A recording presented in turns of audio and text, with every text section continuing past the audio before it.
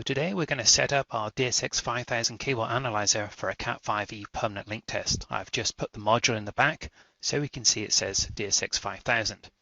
However, my previous module was an OTDR module and that's what I was set up for. So let's tap Auto OTDR and create a new test. The moment I do that, the test is smart enough to know that, hey, you've got a 5000 module in the back there. First thing to check, cable type. Currently set at Cat6a. We want to do a Cat5e. So I'm going to tap that.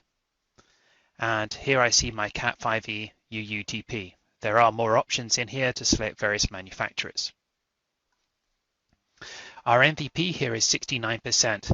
It's quite important that you check to see what that MVP value is on the datasheet for the cable that you're installing. It will affect the length measurement. Nothing else, just the length measurement. We're going to leave it at 69% today. Now I'm going to change my test limit. I'm going to select TIA Cat5e permanent link.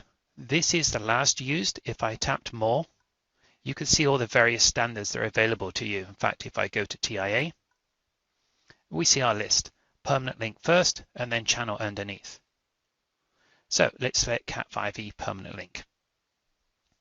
Our plot data here is on. We always want to leave that on. The reason why is when this instrument runs its diagnostics in the field, it will store the time domain data that allows people such as myself to help you diagnose test results.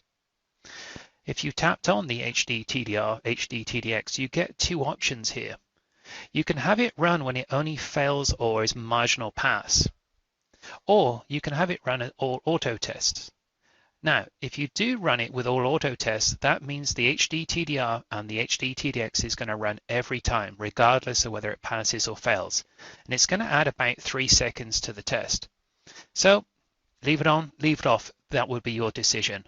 Most people will actually put it in the pass-fail position.